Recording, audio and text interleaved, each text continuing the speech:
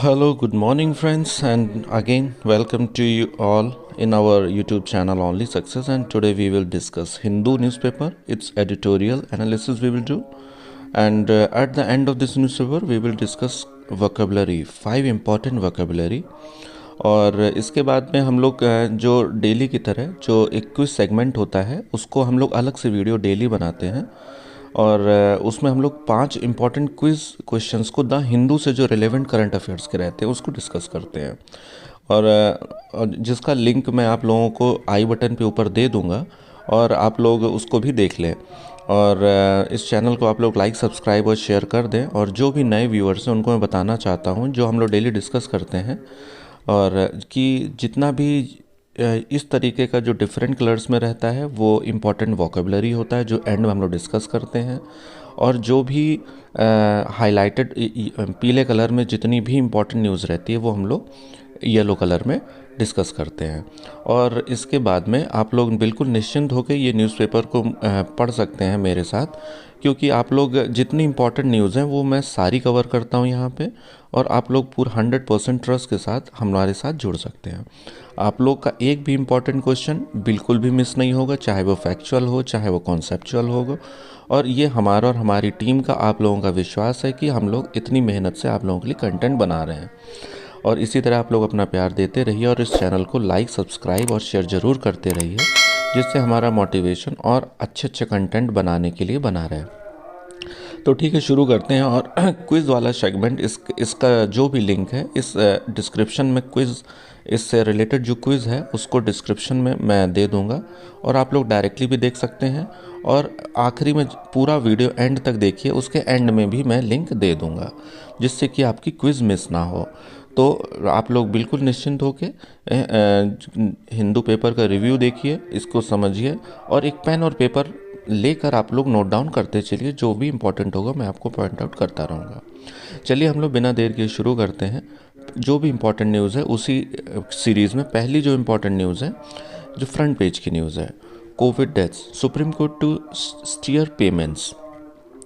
Basically जो corona के बहुत ज़्यादा जो केसेस आ रहे थे, मैं लाइन बाय लाइन जो लोग नए व्यूअर्स हैं उनको बता दूं कि लाइन बाय लाइन हम लोग न्यूज़ नहीं पढ़ते हैं, बट इसका जो ब्रीफ होता है और जो इम्पोर्टेंट होता है, अगर आपको लगता है इम्पोर्टेंट पढ़ना चाहिए तो वो जितना हाईलाइटेड आप लोग वो पढ़ लिया करिए।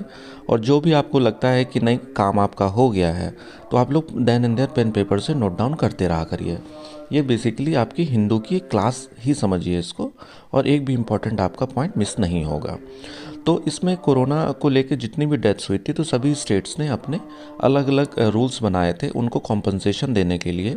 और जो भी जितनी भी डेथ्स हुई थी, जो फैमिलीज़ थी अर्निंग मेंबर्स की, तो किसी स्टेट ने 50,000 का अमाउंट बोला था, किसी ने 10,000 बोला। तो बट हुआ क्या, रेड टेपिज्म या किसी भी वजह से टेक्निकल प्रॉब्लम या कभी कभी पॉलिटिसाइज करने के चक्कर में उन लोगों को अभी तक नहीं मिली है जो भी अमाउंट गवर्नमेंट ने प्रॉमिस किया था।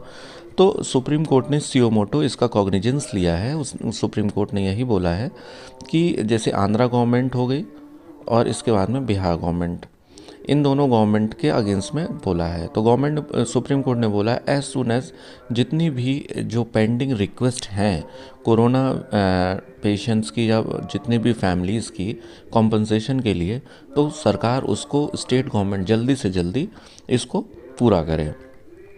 तो उसी इस सीरीज़ में इसी का फॉलोअप पेज नंबर 8 में भी दे रखा है।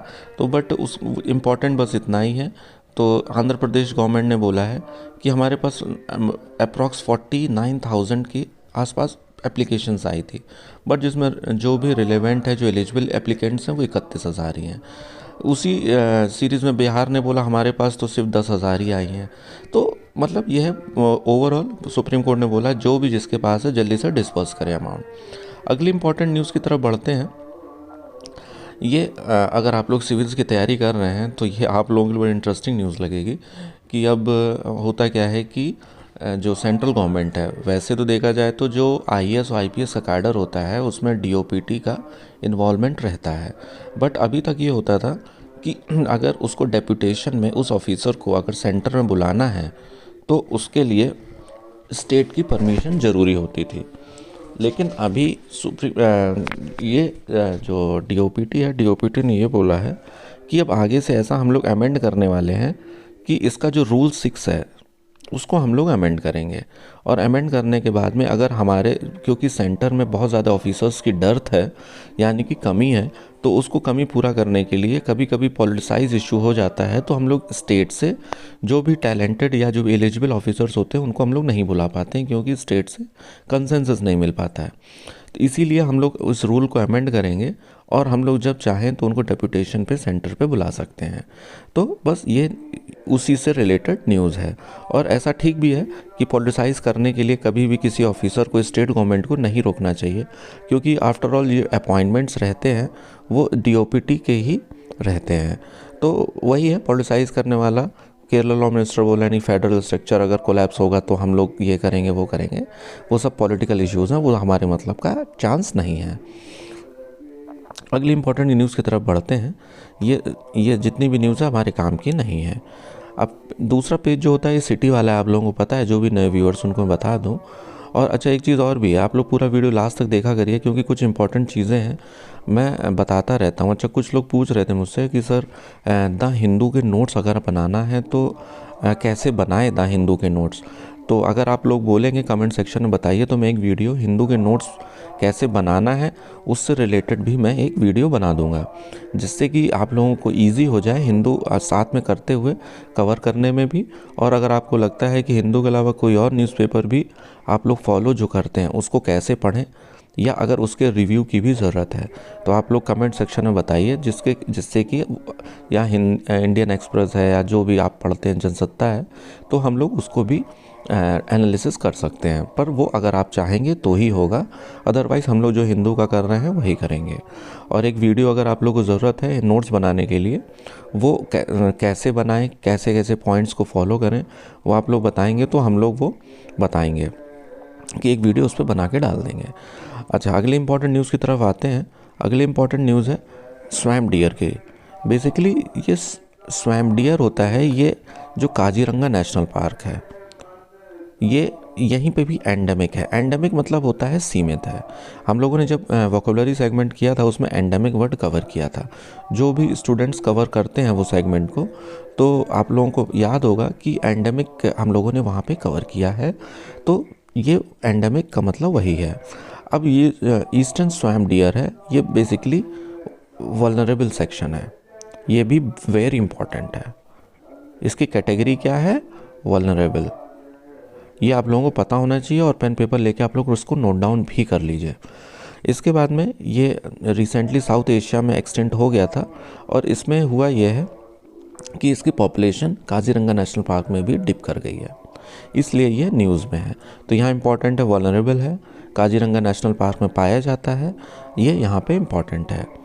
दूसरा ये है कि इस फैक्चुअल पॉइंट ऑफ व्यू से औरंग नेशनल पार्क कहाँ है, इसी तरह क्वेश्चन हम लोगों ने क्विज़ में कवर किए हुए हैं। तो आप लोग क्विज़ देखना ज़रूर, मतलब इसको ज़रूर देखिए, जिससे आपका कोई भी इंपॉर्टेंट सेगमेंट बिल्कुल भी मिस ना हो। इस तरह के फैक्चुअल न्यूज़ तो बिल्कुल भी मिस ना हो।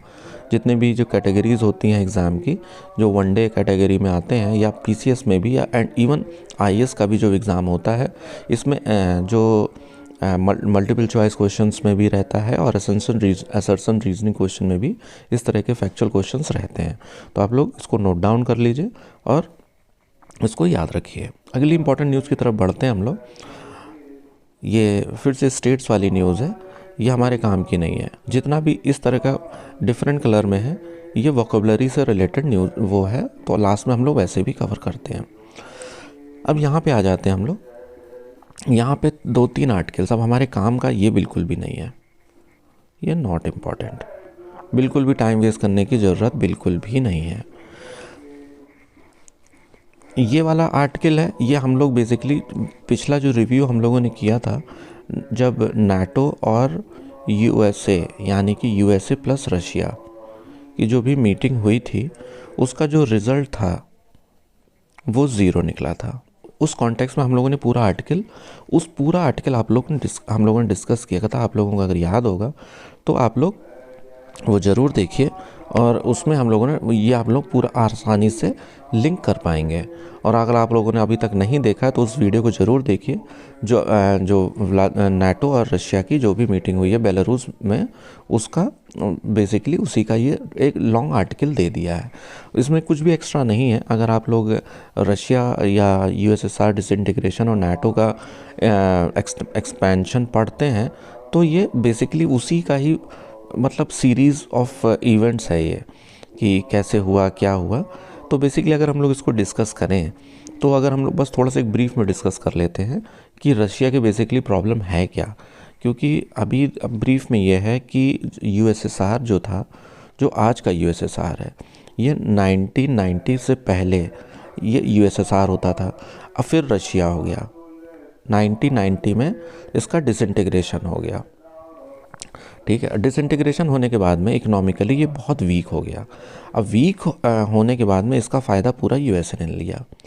ठीक, अब यूएसए कैसे फ़ायदा ले रहा है कि जो भी डिसइंटीग्रेशन होने के बाद में जो भी 6 कंट्रीज़ हैं, यानी कि जो भी 10 से 11 जो भी कंट्रीज़ हैं जो यूएसएसआर से अलग होके अलग अलग, जैसे कि ये तुर्कमेनिस्तान, कजाकिस्तान, आर्मीनिया, बेलारूस, ये जितनी भी कंट्रीज़ हैं ये सब अलग होके अलग अलग अलग जो कंट्रीज़ हो गई हैं। नाटो चाहता है कि एक्सपेंशन ईस्टर्न यूरोप में करके इन सब कंट्रीज़ को नाटो की अंडर में ले ले, जिससे कि जो वहाँ पे रशियन डोमिनेंस है वो ख़त्म हो जाए।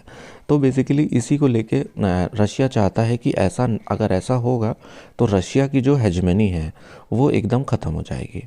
उस एरिया में रशिया का पूरा बोलबाला ख़त्म हो जाएगा, क्योंकि वहाँ नाटो अगर एक्सपैंड हो जाएगा तो यूएसए हावी हो जाएगा। तो ईस्टर्न यूरोप में बिल्कुल भी रशिया नहीं चाहता है कि नाटो का एक्सपेंशन हो। उसी लिए ये पूरा सीरीज़ है। अब बेसिकली उसका और भी डिप्लोमेटिक मूव्स हैं। अब उसमें, अब इसको अगर बॉल बाय बॉल जितना भी अगर आप लोग को इंटरेस्ट है तो जितना हाईलाइटेड अगर आप थोड़ा सा ब्रीफ कर लेंगे तो पूरा पता लग जाएगा। नहीं करना है कोई ज़रूरत नहीं है, जितना मैं बता दे रहा हूँ उतना मोर देन सफिशेंट है। इसके अलावा इसमें कोई ऐसी न्यूज़ नहीं है जिसको आपको नोट डाउन करना है, या कहानी है, कहानी सुन लीजिए, मैं आपको सुना दे रहा हूँ। बेसिकली इसमें क्या है कि जो रशिया है, पहले का जो यूएसएसआर हुआ करता था, यूएसएसआर आप लोगों ने देखा होगा, इसका जोग्राफिकली बहुत बड़ा रशिया हुआ करता था। ऊपर एक आर्कटिक ओशन होता था। इसके अलावा इसमें कोई भी नेचुरल बाउंड्रीज नहीं है। यहाँ पे ईस्टर्न यूरोप होता है रशिया के वेस्ट साइड में, यहाँ पे एशिया है, यहाँ कुछ यूरोप है। ठीक है, तो इसमें कोई भी नेचुरल बाउंड्री नहीं है। तो इसमें किसी भी कंट्री के लिए ये बहुत आसान हो जाता था यहाँ को इन्वेड करना या किसी भी तरीके से इसको हमला करना। तो नेचुरल बाउंड्री सिर्फ नॉर्थ में ही है इसके। उसी तरीके से यहाँ पे रशिया को 2 बार अटैक हो चुका है पिछले 2 सेंचुरीज़ में। एक तो 1812 में attacked by Napoleonic France, and 1941 attacked by Nazi Germany. Russia defeated them both, but after suffering huge material and human loss, after Second World War, Russia re-established its control over the rimland in Eastern Europe and East Central Asia, which is hoped would protect its heartland. But the disintegration of Soviet Union threw its security calculation into disarray. मतलब world war second के बाद में उसने अपना जो rim है, rim land का मतलब होता है जो ईस्टर्न यूरोप में, ईस्टर्न यूरोप जो एरिया है वहाँ पे रिमलैंड है, वहाँ पे वर्ल्ड वॉर के बाद में फिर से री इस्टेब्लिश कर लिया अपने आप को, जहाँ पे आज की डेट में नाटो अपना पैर पसारने की पूरी कोशिश कर रहा है।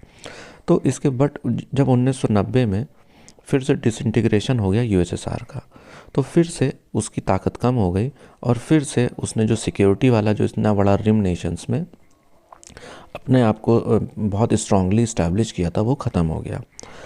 अब इसके बाद में नाटो की बात आती है। नाटो क्या चाहता है? यूएसएसआर के कोलैप्स होने के बाद में Russia lost over 3 million square kilometre of Soviet territory, the entire rimland.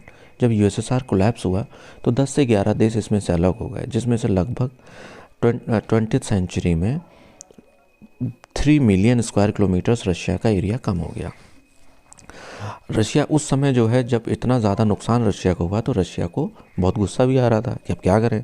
तो गुस्से के लिए फिर उस समय नाटो या यूएसएस नेशंस ने उसको बोला कि the West promise that North Atlantic Treaty Organisation would not expand inch to the east.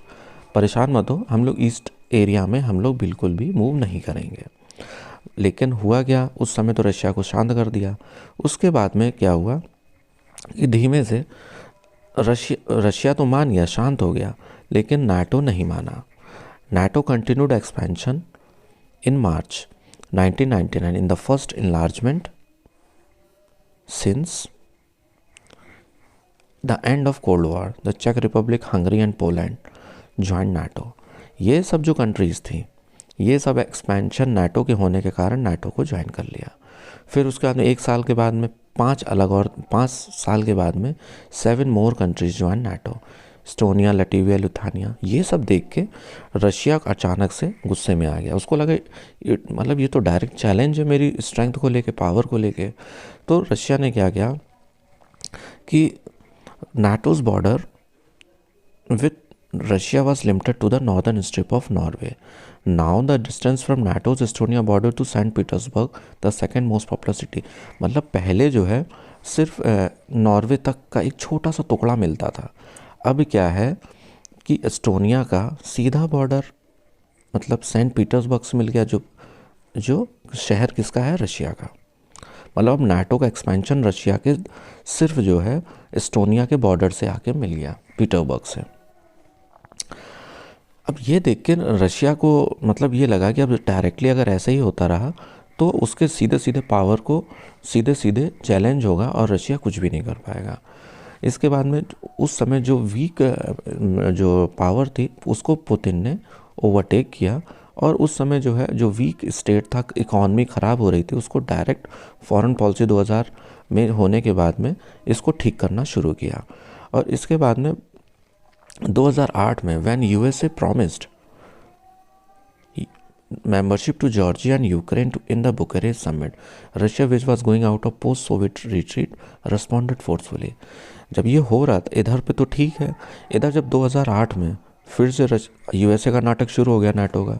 उसने बोला कि अब ऐसा है कि जॉर्जिया जो कि रशिया का पार्ट था और यूक्रेन, उसको हम लोग बुकारेस्ट समिट में उन्होंने बोला कि हम लोग फिर से तुमको नाटो की मेंबरशिप देंगे, जिसको बहुत ही स्ट्रांगली रशिया ने इसको रिस्पॉन्ड किया, क्योंकि अब तक यहाँ पे लीडरशिप चेंज हो चुकी थी।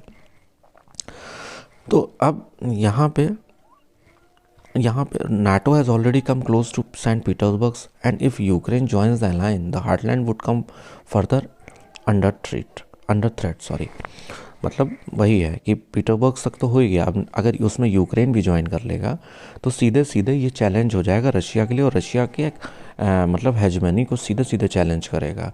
दूसरी बात क्या है कि अगर यूक्रेन और जॉर्जिया का कंट्रोल ब्लैक कोस्ट पे अभी है, जिसमें रशिया के अलावा वहाँ पे ये सब कंट्री, अगर नाटो वहाँ पे आ जाएगा तो Black Sea fronts it's gateway to the Mediterranean सी।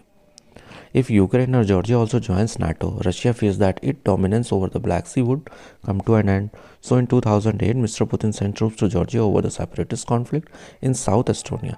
मतलब ये तो सिक्योरिटी रीजंस तो है ही, ये इकोनॉमिक रीज़न भी है कि आप लोगों को पता होना चाहिए कि यहाँ से जो ब्लैक सी में मतलब सीधे मेडिटेरियन सी में सीधा सीधा रशिया जो जा पाता है ब्लैक सी में, अगर नाटो का उसमें कंट्रोल आ गया तो सीधी सी बात है कि फिर लैंडलॉर्ड कंट्री हो जाएगी अगर उसको एक्सेस नहीं मिला मेडिटेरियन सी का। अभी तो ब्लैक सी से होते हुए यहाँ से मेडिटेरियन और यहाँ पे अटलांटिक ओशन में आ जाता है, लेकिन ऐसा पॉसिबल फिर नहीं हो पाएगा। फिर रशिया ने क्या किया कि जो वहाँ अनरेस्ट चल रहा था तो उसमें प्रो जो रशिया के फेवर्स वाले होते हैं मतलब थे, प्रोटेस्टर्स थे, उनको मतलब सपोर्ट किया, वहाँ पे उनको शांत कराया। और इसके बाद में अब Mister Putin was strictly rebuilding the lost Russian influence in the rimland by destabilising Russia and Ukraine and reestablishing Russia's hold in Belarus, Caucasus and Central Asia. Moscow has effectively called NATO's further expansion into a backyard. मतलब वही है, अब धीमे धीमे जब Putin government आई, government change हुई, मतलब कहते हैं ना किसी भी कंट्री को अगर स्ट्रॉन्ग बनाना है तो उसकी लीडरशिप को बहुत स्ट्रॉन्ग होना चाहिए। अगर लीडरशिप स्ट्रॉन्ग रहती है तो वहाँ किसी भी कंट्री को आगे जाने से रोका नहीं जा सकता। तो फिर उसने वही जब हमारे पुतिन साहब आए तो इन्होंने फिर से रिमलैंड में अपना कंट्रोल किया, जॉर्जिया और यूक्रेन को कंट्रोल लिया, और धीरे धीरे अब नाटो के कंट्रोल को रोकने की पूरी कोशिश हो रही है।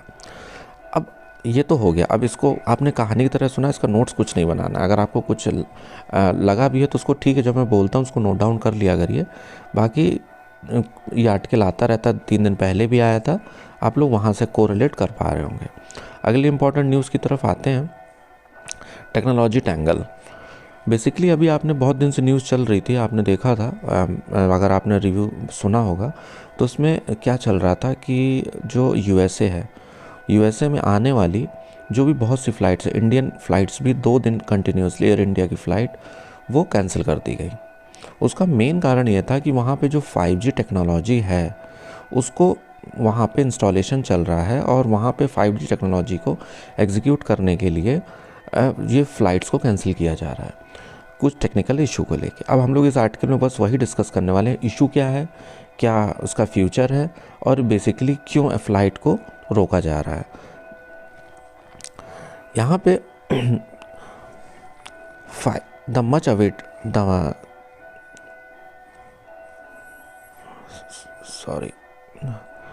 The much awaited introduction hit a major snag this week after the country's leading airlines warned of massive flight disruptions if the wireless technology was put into operation, especially around the nation's airport. ये basically वही है कि airlines को hold पे डाला गया है, और क्योंकि वायरलेस टेक्नोलॉजी को यूज़ कर रहे हैं सब, तो बेसिकली ये मैं बता ही चुका हूँ।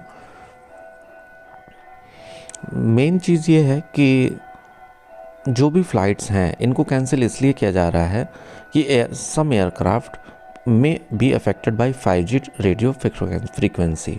The altimeter provides information on aircraft's altitude and are a crucial part of flight operations for pilot, particularly while seeking to make low visibility landing in inclement weather. At the heart of impasse lies the fact that both the 5G services and some flights equipment use the same C-band radio spectrum with only the frequencies varying. अब ये देखिए, ये एकदम main है, मतलब main point ये है कि जो 5G टेक्नोलॉजी है, अब उसको एयरपोर्ट में जो फ़्लाइट्स उनको कैंसिल करने का और 5G टेक्नोलॉजी को इंस्टॉल करने का कोरिलेशन है क्या बेसिकली। तो इसका बेसिकली पॉइंट यही है कि जो भी फ्रीक्वेंसी है, जो भी 5G technology C band radio frequency use करता है, 5G वाला सेम फ्रीक्वेंसी यूज़ करते हैं जो एयरक्राफ्ट होते हैं। उनको जब लैंडिंग में ख़राब वेदर में या पायलट से संपर्क करने के लिए जिस एल्टीट्यूड में, यानी कि C बैंड एल्टीट्यूड में वो लोग बात करते हैं, सेम एल्टीट्यूड बैंड में 5G टेक्नोलॉजी भी ऑपरेट करती है। अगर 5G टेक्नोलॉजी वहाँ पे यूज़ होगी तो उन दोनों के मतलब एयरक्राफ्ट प्लस 5G स्पेक्ट्रम जो वायरलेस जो 5G है, दोनों के मिसमैच, वो आपस में कोऑर्डिनेशंस बिगड़ेंगे, और ऐसा पॉसिबिलिटी है कि पायलट को उसको वो क्लियर मैसेज ना मिल पाए जो उसको ज़रूरी है, तो हो सकता है कोई हादसा हो सके, इसीलिए फ़्लाइट्स को कैंसिल कर दिया गया। अब माना जा रहा है कि जो साउथ कोरिया है, चाइना और Japan and several other European nations have already successfully rolled out 5G services and the USA telcos have cited the lack of problem in their jurisdiction as evidence that the, मतलब basically ये है कि south Korea है, China है और Japan है, इन या several European union countries हैं, उन्होंने 5G जो टेक्नोलॉजी उसको आसानी से कर लिया। ये इसमें आकर यूएसए को क्या प्रॉब्लम आ रही है? तो बेसिकली इसमें कई सारी प्रॉब्लम्स हैं। एक तो ये है कि उनकी जो फ्रीक्वेंसी है यूएसए की अदर नेशंस की फ्रीक्वेंसी से 2.5 टाइम्स ज़्यादा है। फ्रीक्वेंसी ज़्यादा है तो हादसा होने की संभावना ज़्यादा है, हो सकती है। दूसरा ये है कि the aviation regulator contends planned buffer zone for US airports only protects the last 20 seconds of flight, while in France the last 90 seconds of flights are protected from any interruptions from 5G signals. मतलब अब एक और चीज़ है, मतलब USA है तो हम तो अपने हिसाब से ही चलेंगे। तो इसमें जो भी दिक्कतें आ रही हैं दो चीज़ों की वजह से, एक तो इसका जो भी पावरफुल बैंड फ्रीक्वेंसी है यूएसए की और कंट्रीज से 2.5 गुना ज़्यादा है। दूसरा क्या है कि जो भी बफर जोन होता है यूएस एयरपोर्ट में, उसमें सिर्फ 20 सेकंड का मार्जिन है। मतलब एयरपोर्ट मतलब फ़्लाइट्स के लॉन्चिंग में या कनेक्टिविटी में या 5G में, और इसके बाद में जो और कंट्रीज़ हैं उन्होंने 96 सेकंड्स का जो बफर जोन दे रखा है, ताकि 5G सिग्नल्स के से किसी भी जो फ्लाइट एयर पायलट है उसको किसी तरह की डिस्टरबेंस ना हो। तो बस देखते हैं कि अब आगे इसको यूएसए इसको कैसे हैंडल करता है। अगर कुछ होगा तो आगे हम लोग डिस्कस करेंगे, और बाकी इसमें इतना ही है। अगली इंपॉर्टेंट न्यूज़ की तरफ बढ़ते हैं। ये आर्टिकल बेसिकली इसमें कुछ टिडबिट्स हैं, इसको आप लोग अगर कभी आएगा तो कभी कभी पॉइंट नोट डाउन कर लीजिए। सिर्फ 2 ही पॉइंट मुझे इस आर्टिकल में इम्पॉर्टेंट लगे हैं। बाकी ये आर्टिकल बेसिकली है, Tikender Singh Panwar is a former directly elected deputy mayor of Shimla and urban practitioner. ये बेसिकली शिमला के पूर्व मेयर हैं, और मेयर होने के नाते बेसिकली उन्होंने अर्बन जो भी बॉडीज़ होती हैं उनकी क्या क्या प्रॉब्लम्स हो सकती हैं और उनको कैसे अमेंड कर सकते हैं, उसके पॉइंट ऑफ व्यू से ये आर्टिकल लिखा गया है।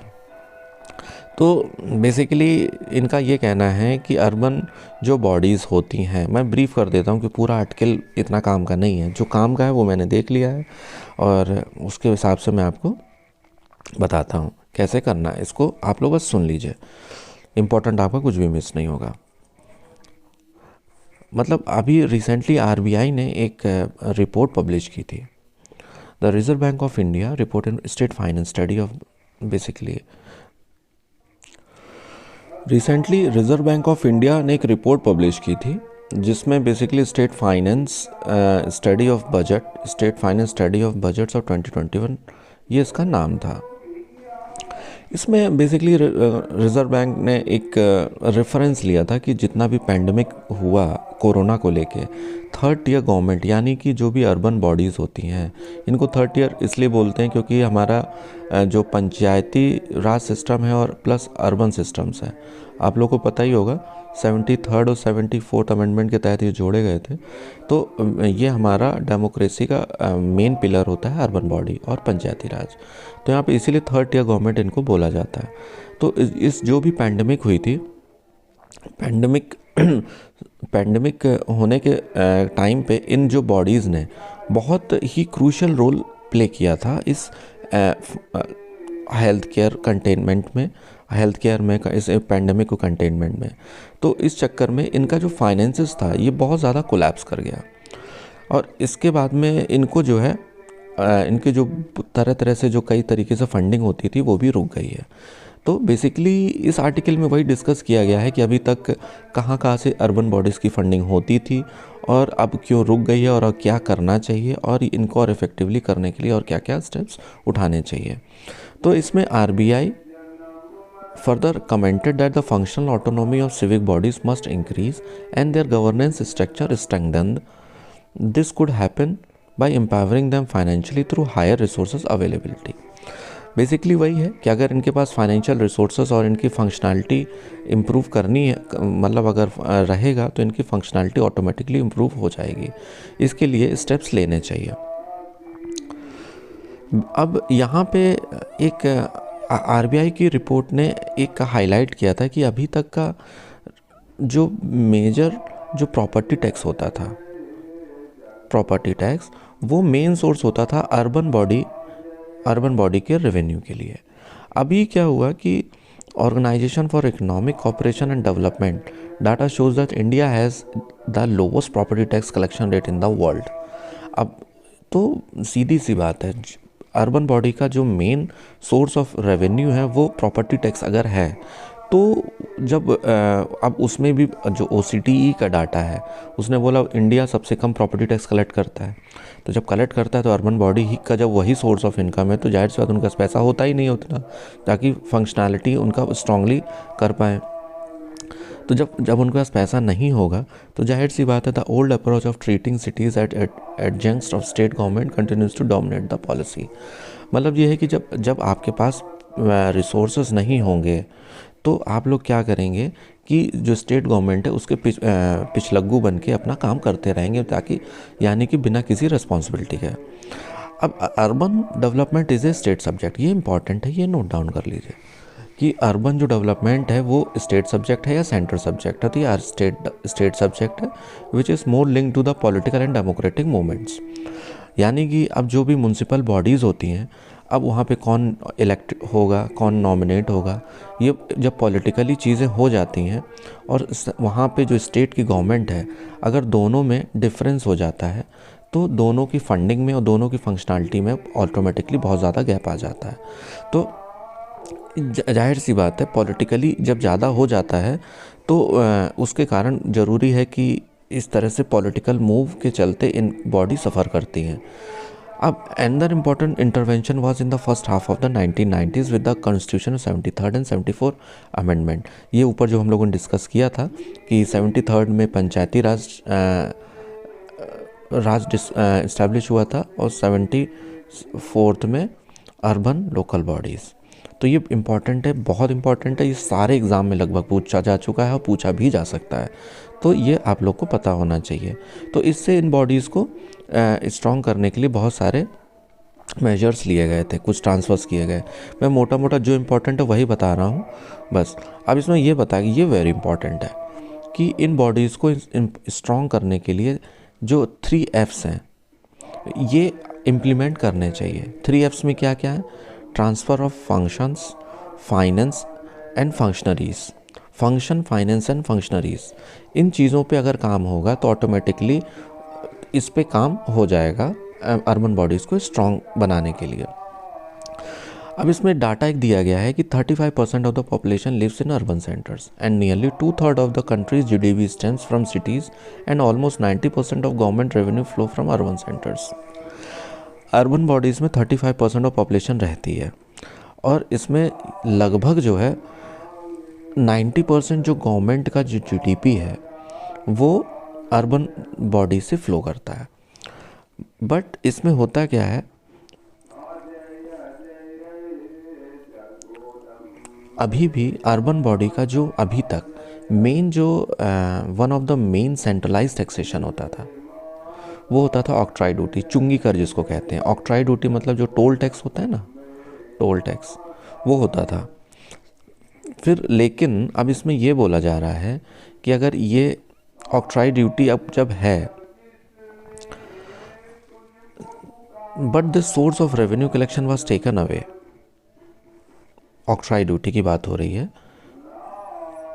Source of revenue was taken away by the central and the state governments. Instead, Finance Commission recommended grants to urban local bodies based on a formula of demographic profile. Previously, while almost 55% of the total revenue expenditure of the urban body was met by octroi duty, now the government now grant covers only 15% of the expenditure. In such a situation, it is difficult for the towns to sustain their ability to perform their bare minimum functions. ये आप जब कभी ऐसे लिखते हैं ना, तो ऐसे के लिए ये पॉइंट बहुत इंपॉर्टेंट है, इसीलिए मैंने इसको पढ़ के अंडरलाइन कर दिया है। अगर अभी आप लोग लिखने में दिक्कत हो रही तो लास्ट में आप लोग इसको नोट डाउन अच्छे से कर लीजिए। इसमें बात यह है कि जो ऑक्ट्राई ड्यूटी होती थी उसमें लगभग 55%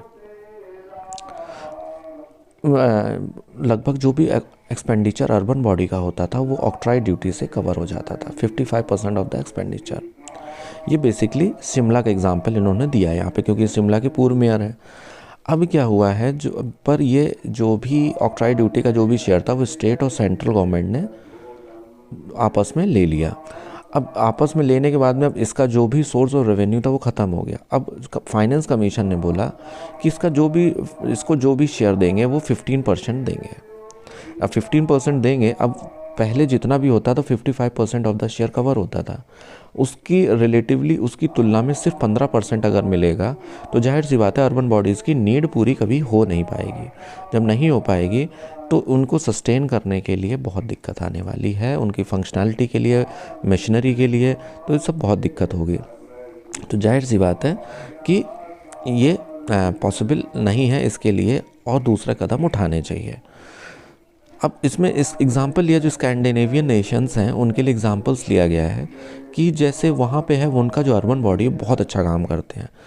वो कैसे करते हैं, हम लोग क्यों नहीं कर पाते, तो यहाँ पे उनका एग्ज़ाम्पल लिया गया है। The often cited example is how cities in the Scandinavian countries. Scandinavian countries होता है जो फिनलैंड है, नॉर्वे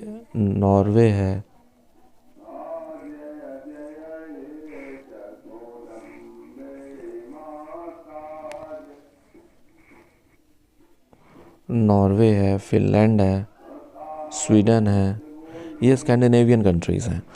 तो वहाँ पे आखिर ये कैसे काम करता है? यहाँ ऐसे काम करता है कि फ्रॉम मतलब ये लोग सिटी प्लानिंग से लेके to mobility to waste management ये सब कुछ करते हैं। But the truth is that the chunk of income tax from citizens is given to city governments. इनके पास फंड की कमी नहीं होती, क्योंकि जो मैक्सिमम टैक्स होता है इनकम टैक्स का, वो इन अर्बन बॉडीज़ को ट्रांसफ़र किया जाता है। Imagine cities such as large urban agglomerates in India getting a percentage of income tax for managing the affairs of urban place. It would be phenomenal. मतलब उनके पास जब फंड की कमी नहीं है तो उनको काम करने में दिक्कत नहीं है। इसीलिए अब यहाँ पे क्या करना चाहिए? What needs to be done?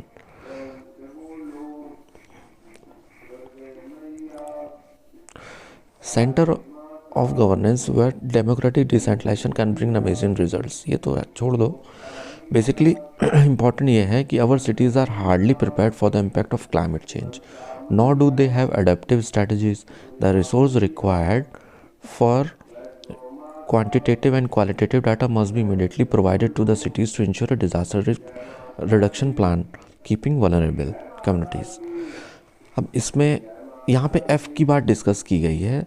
Leadership in the cities must be elected for a term of 5 years। अभी क्या होता है, कहीं कहीं पे हर साल इलेक्शन होते हैं।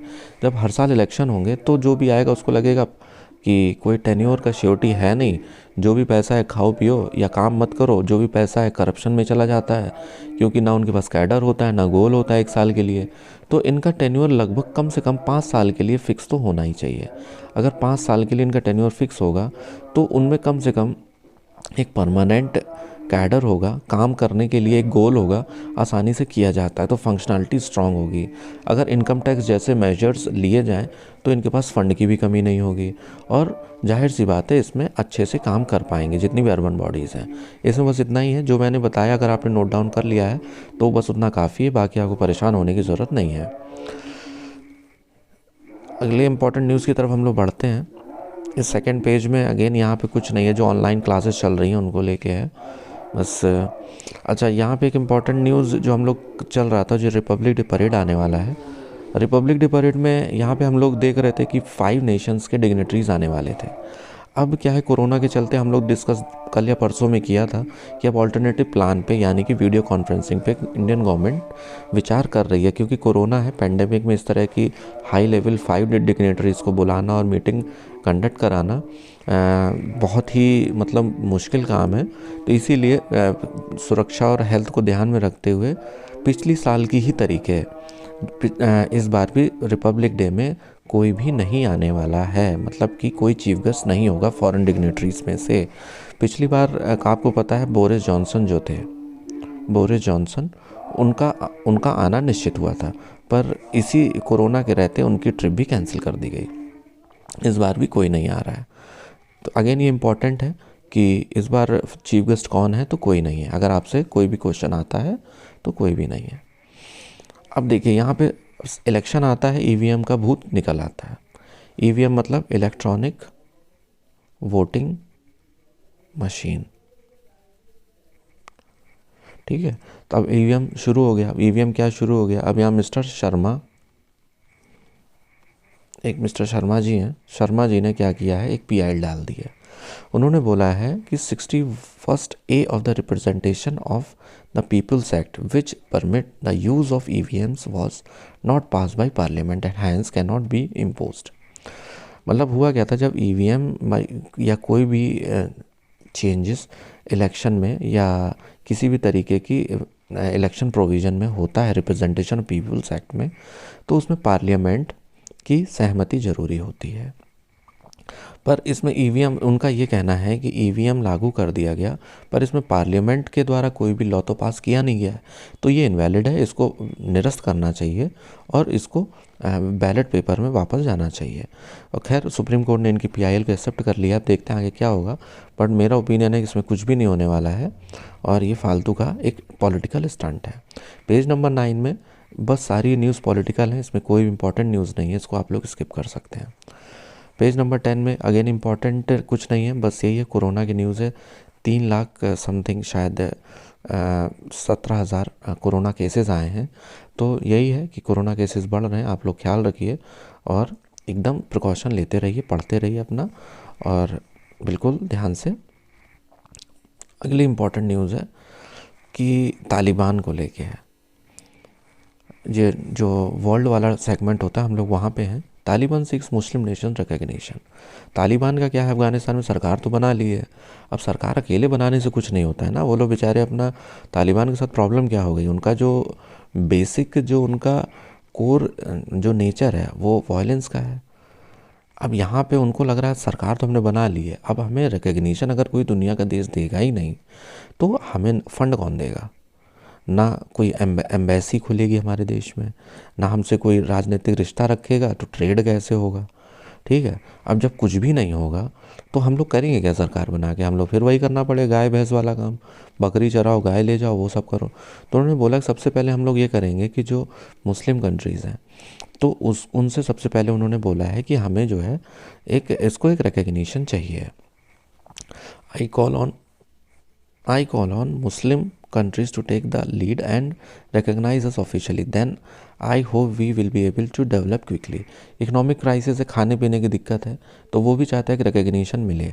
और वहाँ पे with poverty deepens, drought devastating farming in many areas, the United Nations has warned that half the 38 million population faces food shortage. मतलब वहाँ गरीबी है, खाने की प्रॉब्लम है, ये सब है ही। ये तो वो बेसिकली अब तालिबान रिकग्निशन चाहता है दूसरे देशों से। अगली जो इम्पोर्टेंट न्यूज़ है ये फैक्चुअल भी है, इसको आप नोट। पेगासस क्या है, बेसिकली एक स्पाईवेयर है।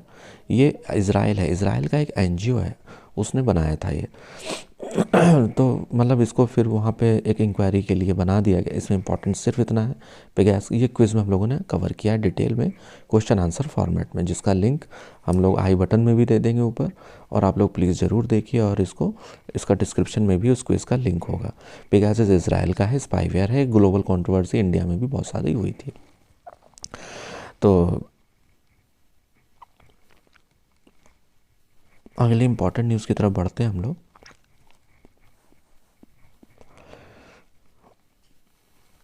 नहीं, ये कोई नहीं इम्पोर्टेंट है, ये बाय मिस्टेक हो गया ऐसा। अब ये स्पोर्ट्स न्यूज़ है, स्पोर्ट्स को छोड़ देते हैं, हम लोग मंथ एंड में कंपाइल करके सारी न्यूज़ करेंगे।